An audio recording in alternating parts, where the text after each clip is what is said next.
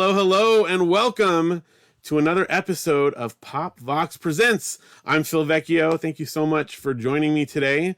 And please join me in welcoming to the show our very special guest for the week, Jeff Elbel of Ping. Hello. Hey, Thanks, Phil. Thank you so much for being here. Absolutely. Thanks for having me. This will be a lot of fun. I'm very excited. It's a treat. And for those that don't know, you've got such a long and amazing history, both in front of and behind the scenes in music, that I'm excited to dig into it a little bit here. So thanks a lot. Yeah. Survival skills are responsible for that, I think. So been fortunate. Well, before we get too far into it, I want to make sure to introduce my behind the scenes helper and support person, Janelle, as always. Hi, everyone. Is here. Thanks for watching. So thank you. Thank you for being here. Janelle's going to be monitoring the little thing over there. She's also, this is part of the fun of live. She's going to pull the computer down off the stand. Special effects. So that's exciting. Grab the thing there. See what I tell you.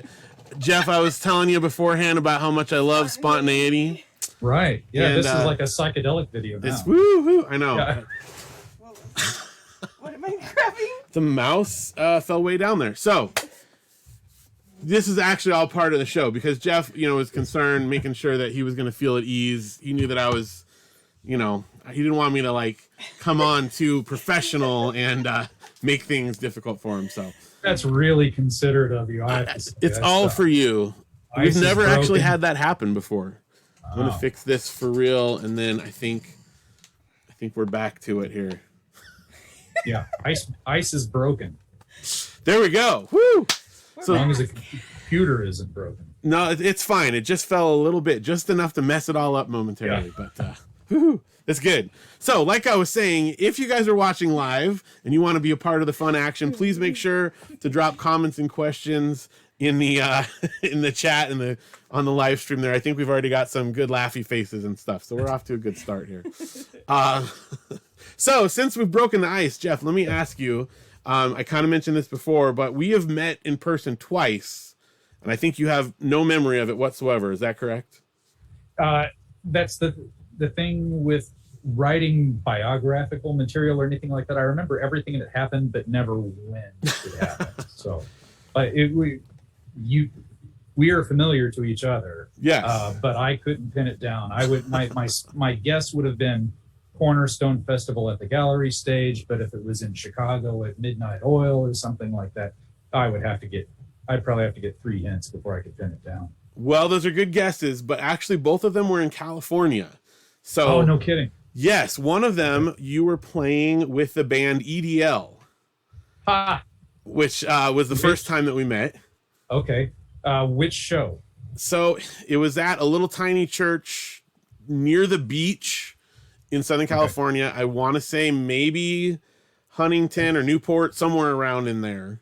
Yeah. And you played with the band. And the funny part about this, actually, Janelle was there and met you as well. Although she didn't remember that either. So, that's all good. But you played with EDL, and this show also included the band The Spivvies. Oh, yeah, of course. Okay, now bells are ringing now. Yes, which is such a funny mix of genre, first of all. No doubt. I was so lucky that EDL somehow got mixed up with these Spivvies because I love that band. Oh, they were just not a band I would have ever run into otherwise.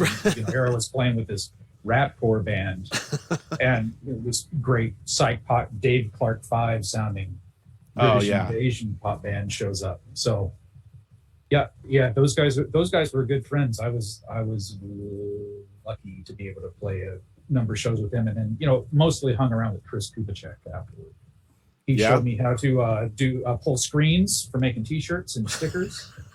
That's the most Chris story ever. Yeah, right. And how to wax a surfboard properly. Mm-hmm. And he asked to borrow a guitar, and I loaned him my very first guitar. Let's see, how old is Megan? Megan's 23, so I've loaned Chris my first guitar for the last 22 years. So that's a Chris story too. All right, I'm gonna be asking him about that. Where's Jeff's guitar? Yeah, well, tell me, tell me if he sold it for $5. Who knows? I did help him make T-shirts too, though, so that definitely checks out. That's so funny. Well, at the time, I was actually helping out. I interned at Jackson Rubio Records for a little while and helped do sound for a lot of their shows. Actually went on tour for a couple of years. And at Cornerstone, I did sound for them 1 year, although I don't think I saw you then. The next time that I met you, actually, was at the Gene Eugene Tribute Show. Okay. Yeah. In Southern California. And you filled in, and I don't remember for sure, but you filled in on first, which band were you on there? We did a Ping set. The original Ping bassist Clint Davidson, Josh Ramsey on drums, and Eric Sanford on harmonica. So we played a little set. We did song work by Adam again, and Ricky Michelle came up and sang with us. And then I played guitar with Brian Healy for a Dead Artist Syndrome set. Mm-hmm. And I taught Jim Nicholson how to play those songs. And I remember thinking, this is utterly backward. So it's like, I'm waiting to get Jim Nicholson to return the favor and give me a proper guitar lesson. So he still owes me. That's my story. I'm sticking to it. But yeah, those were the couple of sets I played for Gene's memorial. That's great. And I remember you were all over the place that night, but it's been a while. So, and I just came up afterwards and talked to you. You were very, very gracious, and I don't know. We just talked for a while, music and stuff, and I got a CD from you at that point. Some Ping CD, but it's been so long I don't remember which. Well, that was the first Ping record. No Outlet wasn't even made then. I think we brought a CDR of maybe that's what it was. five demo versions of those, or it might have been something that we'd had from before. We had a couple of live things that we would stick on the table. Something along those lines, but it's been a while. So yeah, but it's been 20 years since No Outlet came out, and that was a big deal with the crowdfunding campaign we did for the new record, because it did so well. We made one of the stretch goals reissuing No Outlet on vinyl. So, which is super cool. That's riding the circle all the way around. Well, that is a great transition into talking about this new album, because you have just recently put out and are in process of still doing this crowdfunding thing for the Three Finger Opera, which we've been enjoying a lot around the house. And I would love, I mean, I've heard about it, but if you could share a little bit about the very interesting story behind it, it would be great to hear. One of the lessons I remember taking from Steve Hindalong from the choir, sitting on a couple of his seminars and just talking to him, he would say things like, the more personal the topic is, the more relatable it becomes. It's like it's a magic trick. So the Three Finger Opera was all written. It was inspired by a very specific weird thing that happened to me, and I'm testing Steve's axiom to see if something this personal can really be relatable to everybody. And it, some of the lyrics are generalized, and some of them aren't. So, but what happened was 6 years ago, I suffered a pretty severe spinal injury, and I'm a working musician, and it paralyzed half of my left hand. So, I have these three left, and, hence the name after Brecht, the Three Finger Opera. Mm-hmm. And making the record became a way for me to stop moping about it. And, that's another axiom. It's like, well, at least you got a song out of it, right? So, well, I got a whole record out of it, but tried to challenge myself to get working again, to make songs that I could play with the claw shape. And, there's the story of the jazz great Django Reinhardt, who gets name dropped in one of the songs. How to keep this, I haven't been able to keep the story from flying apart, so you might have to help me. But I wrote a series of songs about this, and it was a way to rehabilitate my hand. There are muscles in my hand that will never come back. But, you see, I can do things like this now. I couldn't do that 5 years ago. And so I can do a lot more now than I can, and I'm learning how to make the hand work with the muscles that are there. And it's a way for me to continue doing what I love when the old way of doing things that I loved was taken off the table.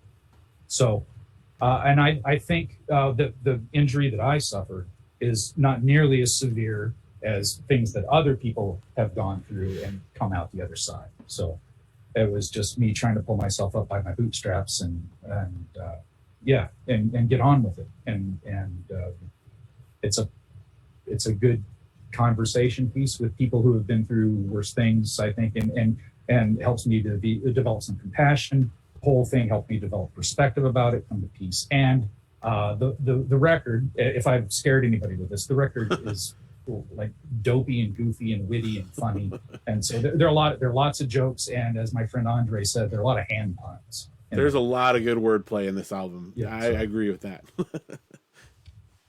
All right, so I'll let that be my answer for that question.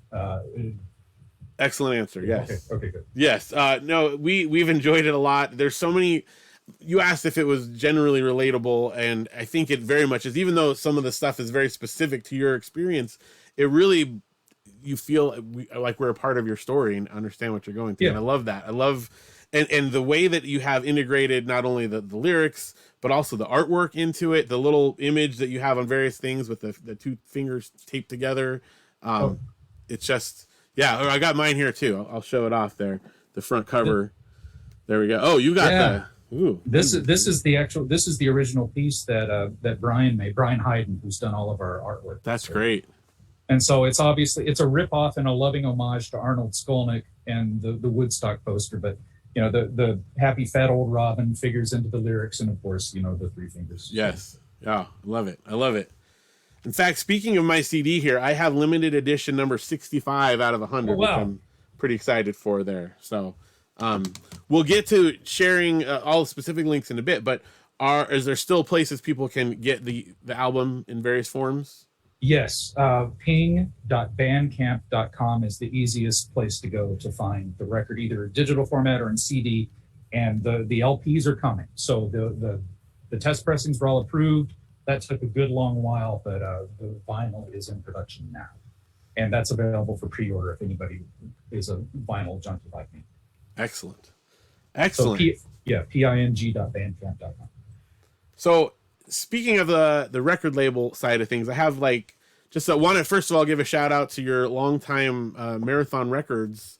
You are the CEO. What is your role at Marathon Records? Owner janitor is what it says on the business cards. That's right. So, I have accumulated quite a few over the years. I grabbed just a chunk just to show off. But I do have a fun question specifically about the way that you do your album design. You'll notice here for our listeners at home that there's these great colored bands at the bottom. And I've always wondered this, and since I have you here, I get to ask you a weird, very minutia type question.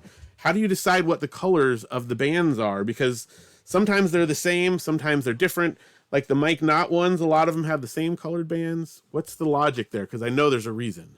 The reason changed as the years went on, so that's why it's inconsistent. Of course, with Mike's records, I did want to try to keep them the same for at least a run of a few years because we put out 6 of his CDs in that span of time.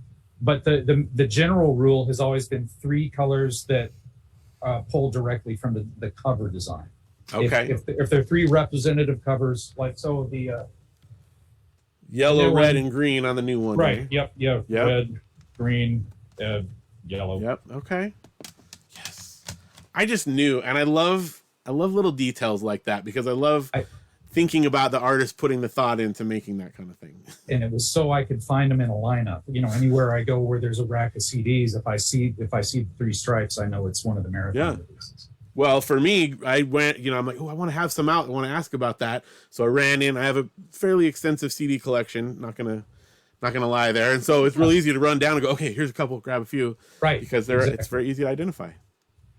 Yeah, like if I pull the colors off the cover, I can tell which one it is. It's it's just idiot barcoding for me. I love it. It's just a little detail.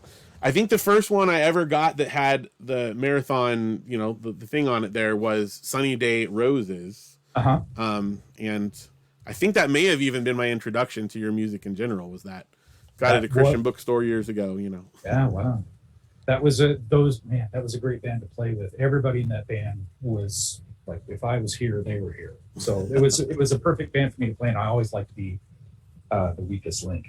So you get pulled up by everybody else, and that was Lewis and Suki and Janet and Jonathan and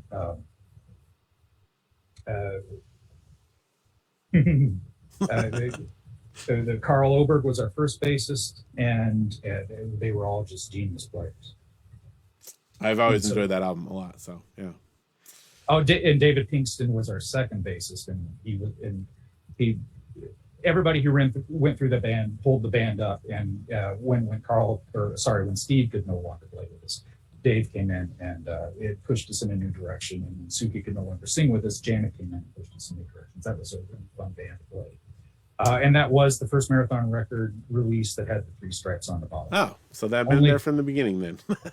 Only the first Marathon records release doesn't have the stripes, and that was the Farewell to Juliet album. Oh, okay. Okay. Yes. I love this kind of stuff. I love it. I really do. Janelle. He's in heaven. It's nice to have someone to talk to also that appreciates these kind of things. Janelle's always been very supportive and loves music with me, but probably doesn't go into as much of the minutia as I like to get. So thank you for indulging. That's where I live. So we're like this. That's fantastic. That's fantastic. Well, so a couple other things before, because we're going to get to some music in a second. Janelle, is there any comment things over here? Well, there's people watching from, I asked people where they were watching from. The furthest we have is Jason from Minneapolis. Okay, well, furthest from us, probably not as far. I'll send Jason a shopping list for Electric Fetus. From us, but closest to us is from the other room because our kids are. Oh well, that's true. Okay. Very good. They win there. That's an easy one there. John shared a message. Pleasure to see this just moments ago. Hi, Jeff. So, Hey, John. Which John? John Barber. Oh, cool. Yeah, John is the drummer from the Hope Scope, one of the first bands that I worked with as a producer, and John played all the percussion on the No Outlet record. And nice. So and really that's the secret sauce that makes that record go, is that sound. Yeah, John did. Well, he stuff. said John from Michigan. Yeah, from Michigan. That's it. But yeah, the Hope Scope were in California when I was in California for a couple of years, and then they moved back to Ypsilanti, Michigan, where they were from. So yeah, John Barber, Eric Empson, Josh Ramsey. He was the one that managed to stay where the weather was warm and didn't have to shovel anything. No snow shoveling for Josh. Now everybody's putting where they're watching from, though. We'll give a few more shout outs there. Go ahead. Debbie from Willis, Texas. Oh, that's great. Yep. Yeah, hello, and Debbie.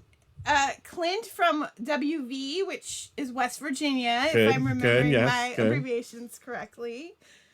So, and then Jason liked your Electric Fetus comment. He said, haha. Yeah.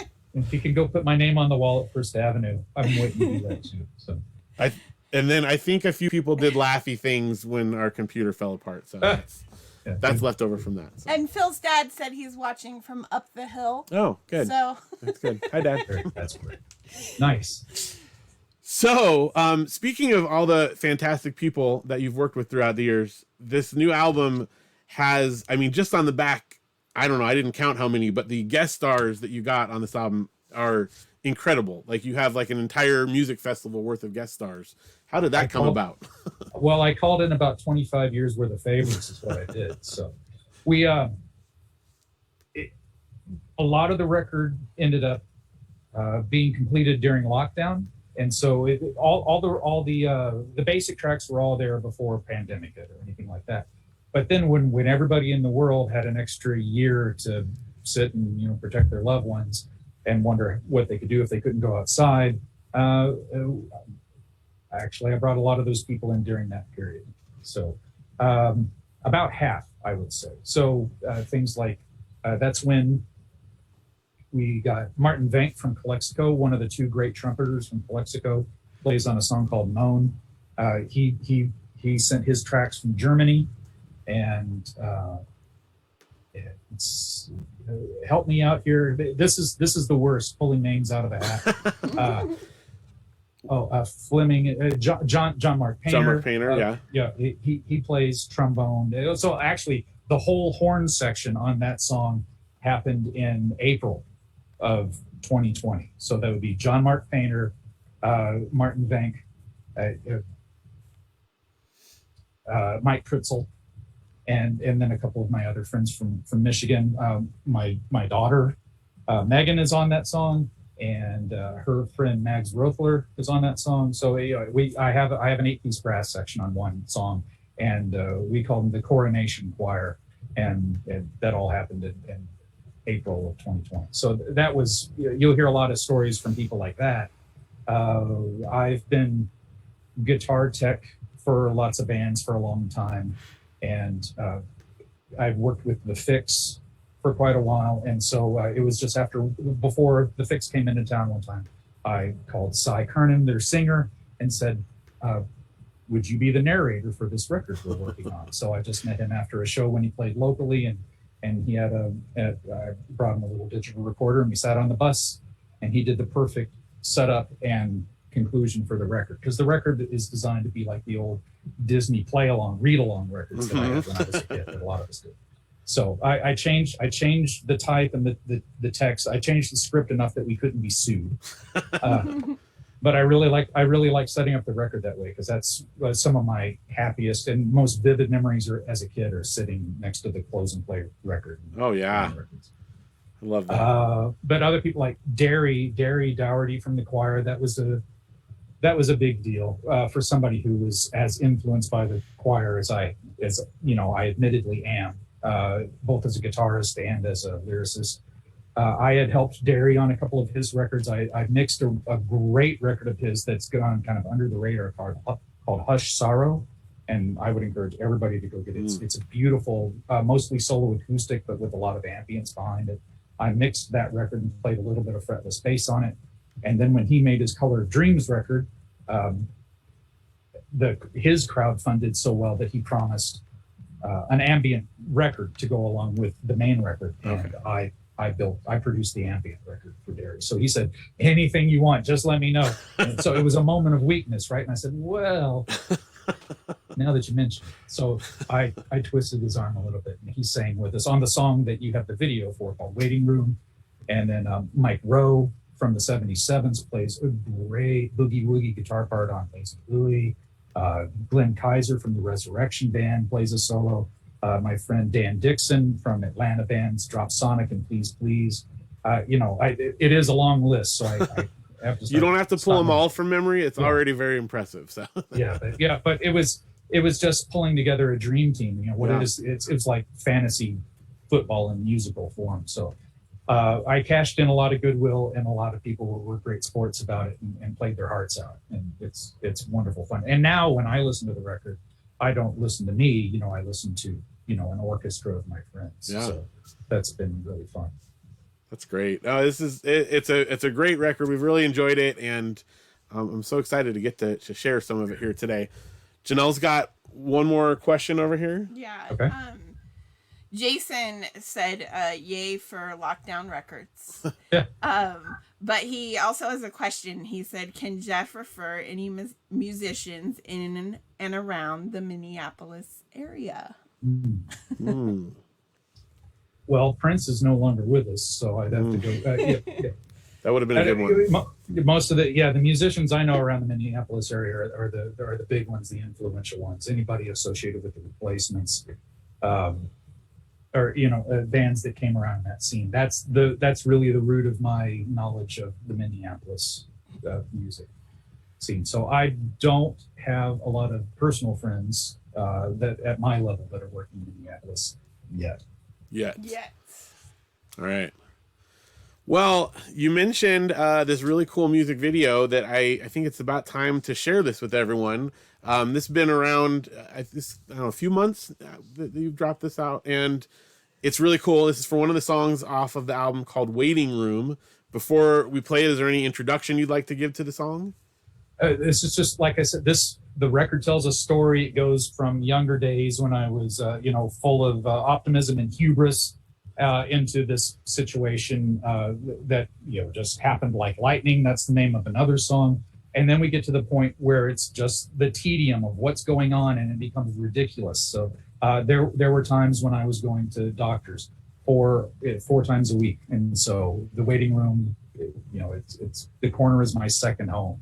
It's just, it was just becoming a little bit crazy, and I made fun of it. So this is the song that has Derry Dougherty from the choir singing the tenor vocal, along with Ping's own Maren Gaffron singing her beautiful alto vocal. I sing baritone. and Chris Taylor from Love Coma and Chris Taylor solo plays the role of the operator. And Chris makes a couple of appearances on the record. In another record, he gives a lecture in the voice of Ben Stein from Ferris Bueller's Day Off. But in Waiting Room, he's the voice of the operator. So right. Yeah, this is just a song about going stir crazy somewhere other than your own. Excellent. All right, well, let's go to it now. This is The Waiting Room from the Three Finger Opera.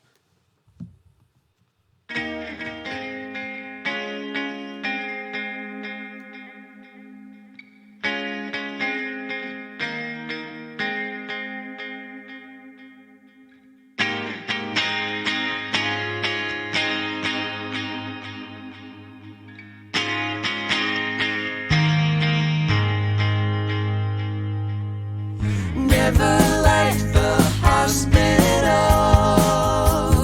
never liked the clinic, even in my worst malaise, you wouldn't find me in it.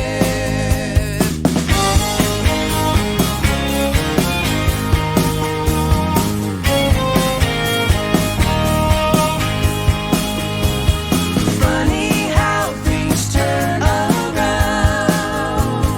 my how things have changed.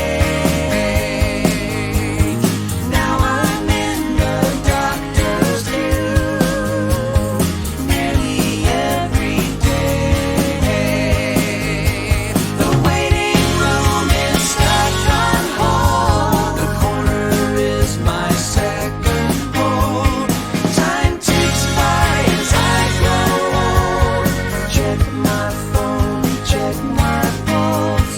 The waiting room is stuck on hold.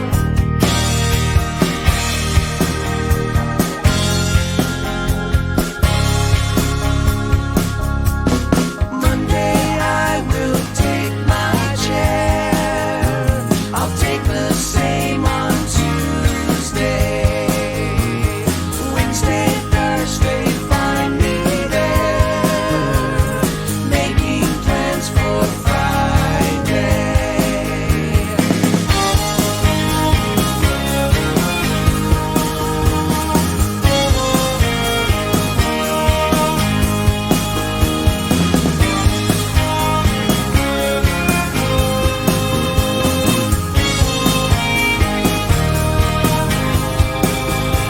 The waiting room is stuck on hold, the corner is my second home. Time ticks by as I grow old. Check my phone, check my pulse. The waiting room is stuck on hold.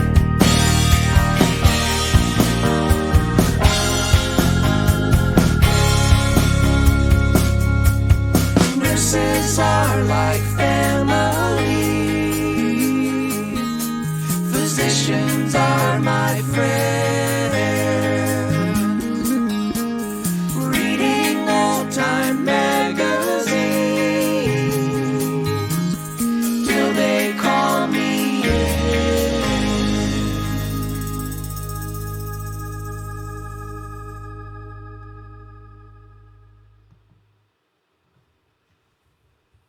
And we are back. That was so great.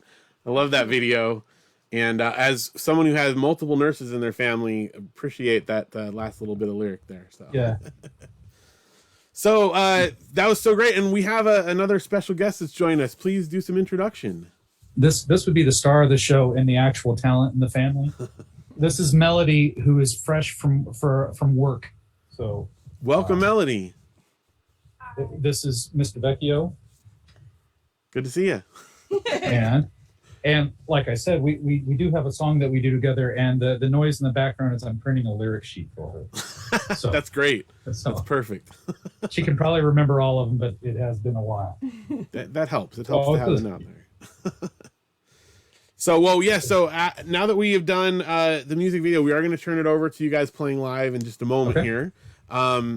Is there any? You're going to introduce the songs and do the thing. So when we get to it, I'm going to drop off of here, and we're going to just have Jeff, and then Melody. Are there any more comments, anything that we need to get to, Janelle? Well, our kids liked the skeleton in the waiting room. Ah, That was a nice touch. That's good. yeah. Such a fun video. Is that really at a waiting room somewhere?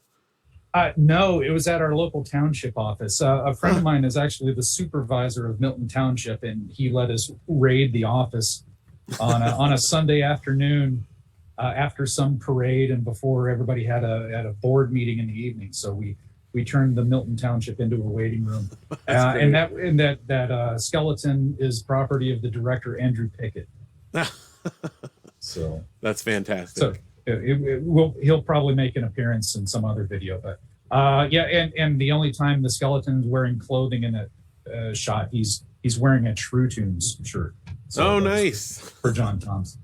That's fantastic.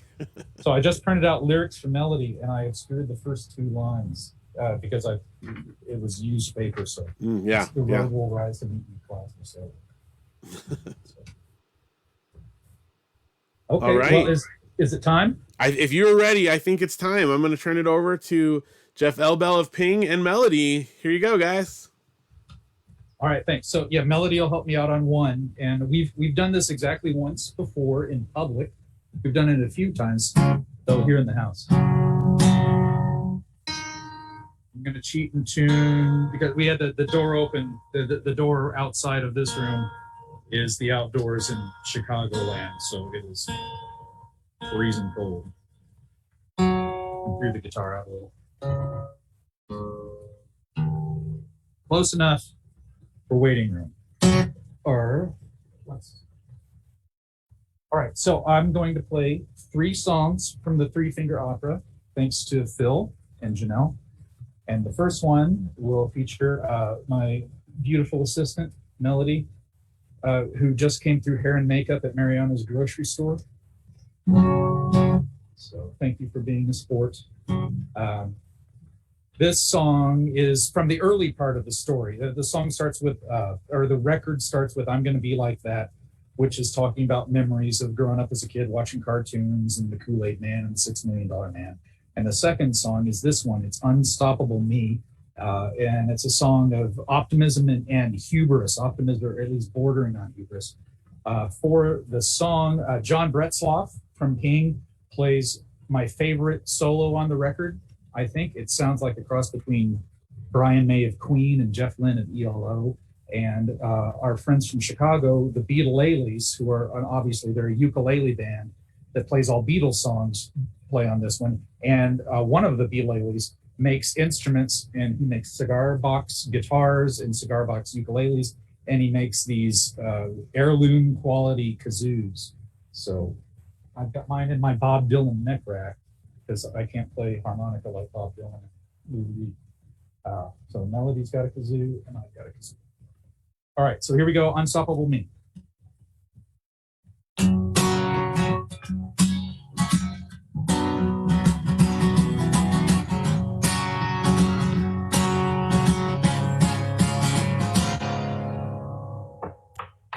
The road will rise to meet me, clouds will sail away, nothing's gonna bring me down, springtime every day. That happy battle robin is singing just for me.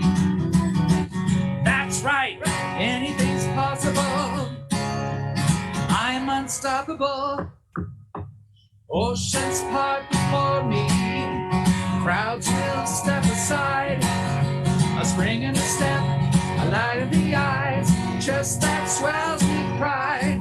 The future is unwritten and the door is open wide. That's right, anything's possible, I'm unstoppable. No wish to seem ungracious, I'm thankful for my life. Every day I'm counting the blessings that I've got. For blessed and truly capable are things I truly am. I'm sowing inspiration and striking up the band. 1, 2.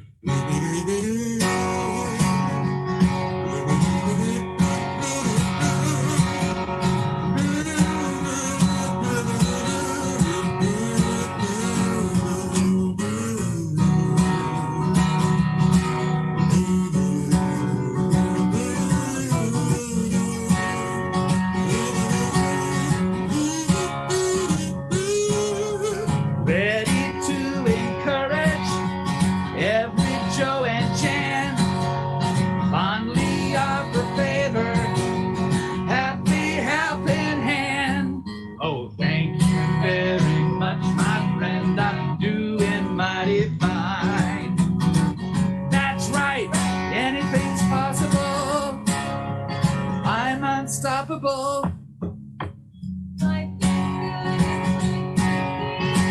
It's good to be unstoppable. I'll always be unstoppable.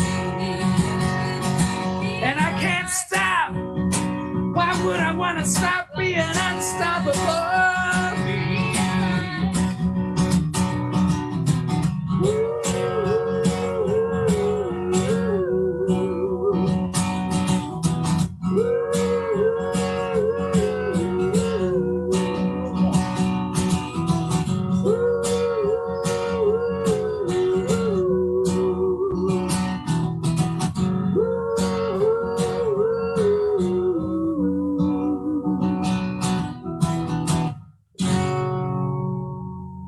Thank you. Nice. Yay. Melody Elbel, Internet. Bill and Janelle. Thank you very much. Why don't you sit? And I'll do the editing. Okay, so thanks, Melody. Next, I'm going to do a song called Mr. Moderakis. And when this episode first appeared in my life, I didn't know what was going on. All I knew was hand didn't work, buzzing all up and down the arm. I was the bioelectrical oddity, and I went to a lot of doctors, but the first one I saw didn't seem to get the picture much more than I did, but I do think I saw like cartoon dollar signs flash in his eyes, and he prescribed the most drastic and terrifying procedure I could have imagined at that point. So I did the mature thing. I came home and I wrote a song about him and made him the villain of the record. Which is not to say that all doctors are vilified in this record. The very next song in the record features a character in the form of another doctor who becomes like the big hero. But this one's a little more funny. It's more not funny, but more fun. Sometimes it's fun to sing about the bad guys. I changed his name to protect the innocent or the guilty, guilty being myself. And this one's called Mr. Moderakis. This is the song on the record that features a guitar solo by Glenn Kaiser from Resurrection Day. So here goes, Mr. Moderakis.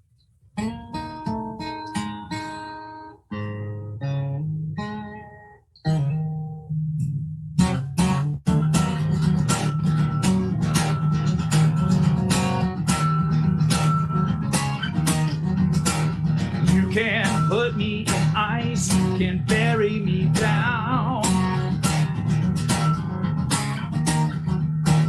You can turn up the heat with the sizzling sound.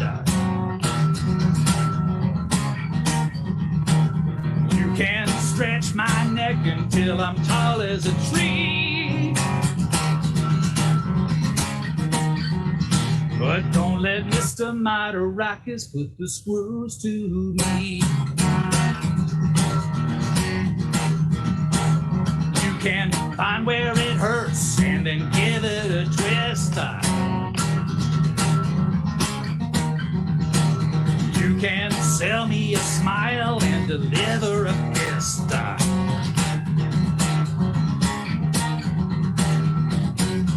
Here's my guitar, you can have it for free, yeah. But don't let Mr. Moderakis put the screws to me. I can be the big man, I can stand the pain. I will take the medicine like fire in my veins. But it's too close to the jugular, it's too much of my life. And he seems a bit too willing to put me to the knife.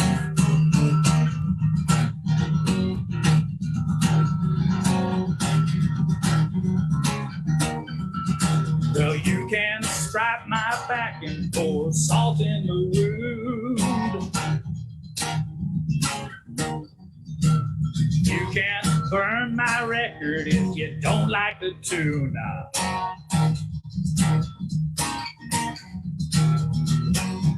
Slander my name, what good could it be? Yeah! Don't let Mr. Maracas put the screws to me. I have seen such devilry, splintered masonry and stone. I can almost smell the powder as it drills into my bones.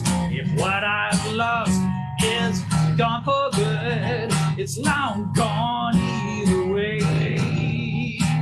But I think about old Django, who found another way. Hey! Woo! Hey!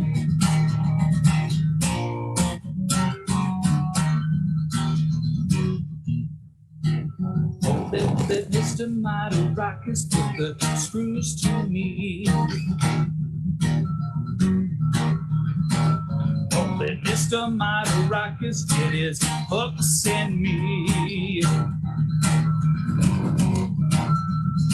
And don't let Mr. Maracas point that knife at me.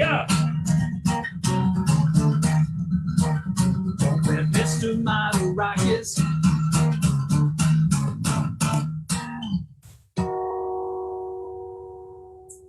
Mr. Maracas.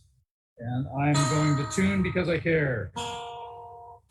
That knocked the song right out, or the guitar right out. This guitar that I'm playing is a 1985 Gibson J30 acoustic.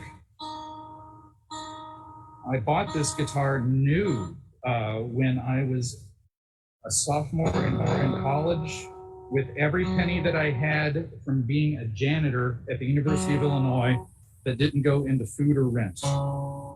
Right here in my hands.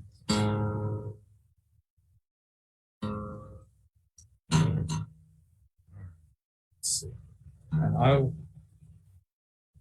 thanks again to Phil and Janelle and everybody who tuned in. This has been a lot of fun. Let's close. All right. I'll play one more song and give it back to our gracious host. This is a song called Lazy Lou. So again, here's my hand circa 2022. Fingers move. Fingers don't really stretch. That's kind of the issue that I have. It's like I can no longer make those Andy Summers chord shapes that I used to. But this song is just kind of silly and ridiculous, and it's probably the most fun song to play with the band. It's a Chuck Berry boogie, and so again, the band made all of these songs complete. They did sound great, but then when we had all this downtime the last 2 years, we called in all of our friends and threw them into the Ping orchestra. And so in addition to a great performance by the Ping band, our guests include Johnny Iguana, my hero piano player from the Claudettes in Chicago. They're my favorite Chicago-based band. Johnny was Chicago blues great Junior Wells' final piano player at the end of Junior's career. And so that's what brought him from Philadelphia to Chicago, was to play with Junior Wells, who's a blues harp legend. And then Martin Vank from Calexico plays trumpet on this one, and this is the song that Mike Rowe plays guitar on. This song, the interesting thing about this guitar is, as rudimentary as it is, this song stretches the limits of my physical capabilities to play. So when I talk about this whole record being rehab and retraining for me, this is the one I need to keep practicing the most. And so it's a good thing that it's a fun one. This is Lazy Louie. Oh, and this is Lazy Louie. That's how bad the personification and hand jokes became when making this record.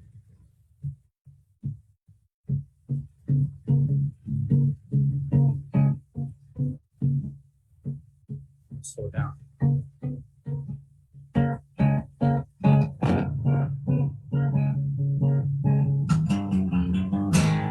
5 men standing on Southpaw Hill. 2 won't work, but the other 3 will.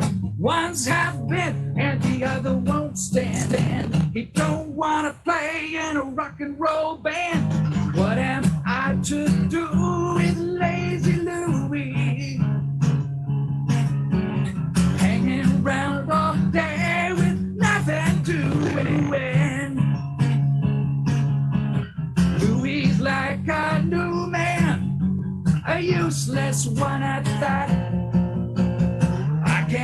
someday I'll get the old one back. You know, he used to be so helpful. He put an end to that.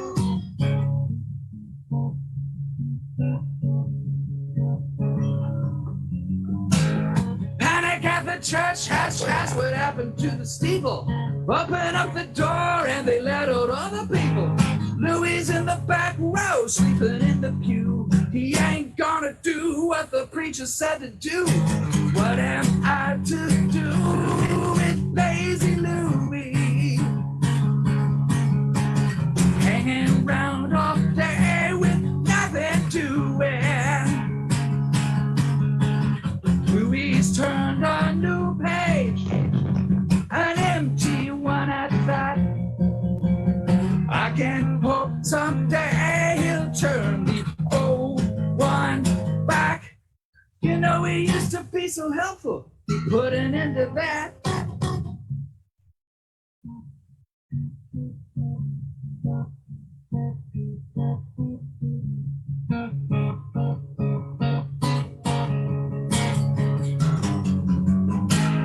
Can't turn the key and my jacket's unzipped. Want the bag open, but it just won't whip. I scream and I cuss and I pout and frown. But one little fella keeps letting me down. What am I to do with lazy Louis? Hanging around all day with nothing doing. Ready for his close-up, but he doesn't want to act. I can hope someday I'll get the old Lou back. You know, he used to be so helpful. He put an end to that.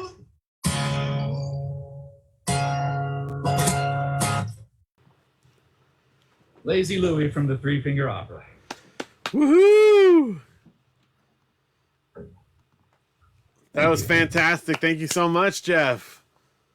Thank you, Phil. Thanks, Oh everybody. man, this has been a blast today. I really appreciate you coming out here and doing this today. This has been so much fun. Absolutely, a real pleasure. Thank you very much, and it's good to be back in touch after apparently 22 years. That's right. Well, hopefully it won't be another 22 years before it happens Right. again. Yeah, I hope not. Okay. Well, as Thank we're you. ready to close out the show here today, I want to make sure everyone at home listening now or watching the video later knows where to find you and your music on the internet. You kind of mentioned it briefly, some of it before, but I want to get it all out there. So where can we find Jeff Elbel, Ping, Marathon Records, all of that? Okay, the easiest single address to remember is probably ping.bandcamp.com. There is a marathonrecords.com website. I think it's probably best just to recommend ping.bandcamp.com. And for the shifty salesman in myself, I'll say anybody who gets in touch with me through Bandcamp and mentions pop.vox presents and Phil, I'll knock a couple bucks off either the digital release or the CD release or the vinyl pre-order. Nice. So just send me a note through Bandcamp. And thank you very much, Phil and Janelle. Absolutely. Yes. Also the Facebook page, Jeff Elbel and Ping. Yes, if you go to Facebook and search Jeff Elbel Ping, it'll come up. That'll pop up. So and last name is Elbel. Perfect. Awesome. So Janelle is sharing that in the comments under the video here on Facebook. So you'll get some direct links in there if you're looking for it, people who are watching from home. And yes, we got all those, Janelle? Got them in there. Fantastic. All right. Well, we're gonna bring it to a close. Thank you again so much, Jeff, for being here. Thank you. And I want to remind our viewers, listeners at home, we do have some more Pop.Vox Presents coming up, but we're on a brief hiatus until April. Next one we've got is April 23rd with Jesse Norell. Coming up after that, we've got Candace Coker and The Spivvies later on in May. So a lot of exciting, fun stuff coming up. Just taking a little brief break for spring break. So we'll see you back again in April. So I think that's going to do it. Thank you once again to Jeff. And we will see you guys all next time on Pop.Vox Presents. Oh, and thank you to Melly. Thanks, everybody.